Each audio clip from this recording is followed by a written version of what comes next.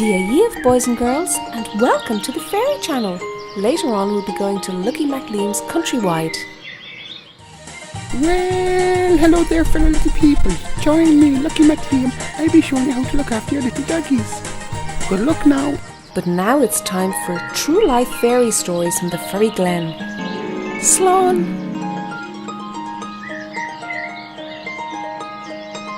Now, where were we? Last time, Sherbet began his big adventure. Now he's about to meet Hairbowlious.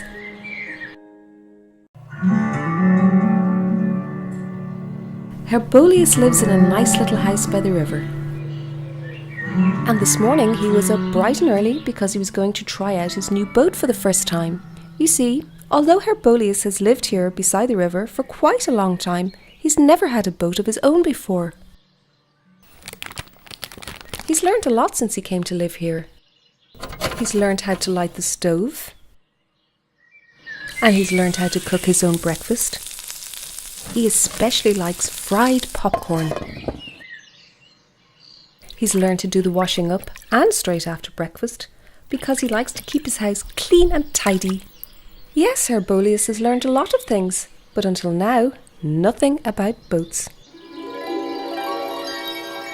Of course, he's always dreamed of having a boat, maybe a speedboat, somewhere in the south of France where he could win races and be the toast of the town.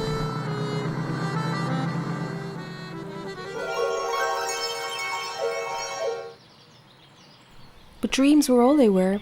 You see, Hairbowlious has always been a little bit awkward or clumsy, so he decided his first boat should be of the sailing variety rather than the speeding variety. Anyway, back to this morning. Hairbowlious had finished cleaning up and was ready to go out and try sailing his new boat. He climbed in very gingerly,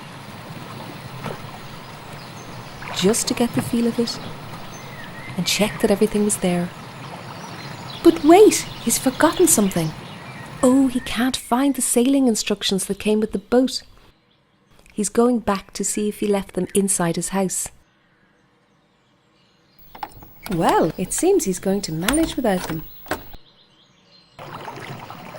He climbed back into the boat. Hairbowlious untied the ropes and cast off. Then he set about putting up the sail. Although he had never done it before, he had seen other boats on the river and he knew what it should look like. Well, it looked right, but it still wasn't going where he wanted to go. What to do next? Should he be at the front or the back? Maybe if he adjusted this a little bit. Oh dear, that's not good.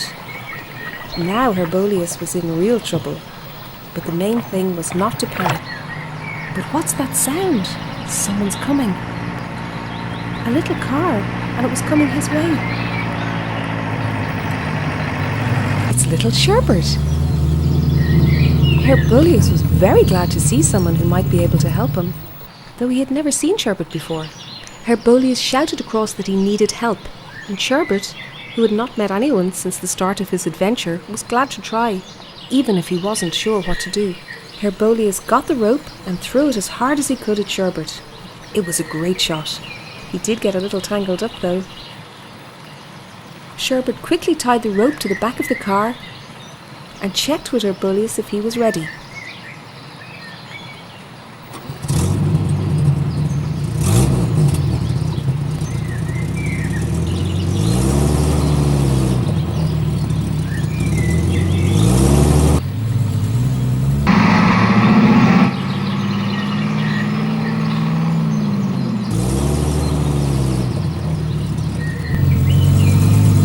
When the boat got to the bank, Sherbet kept going, pulling the boat right out of the water and sending the car shooting up the hill and then crashing back down into a ditch.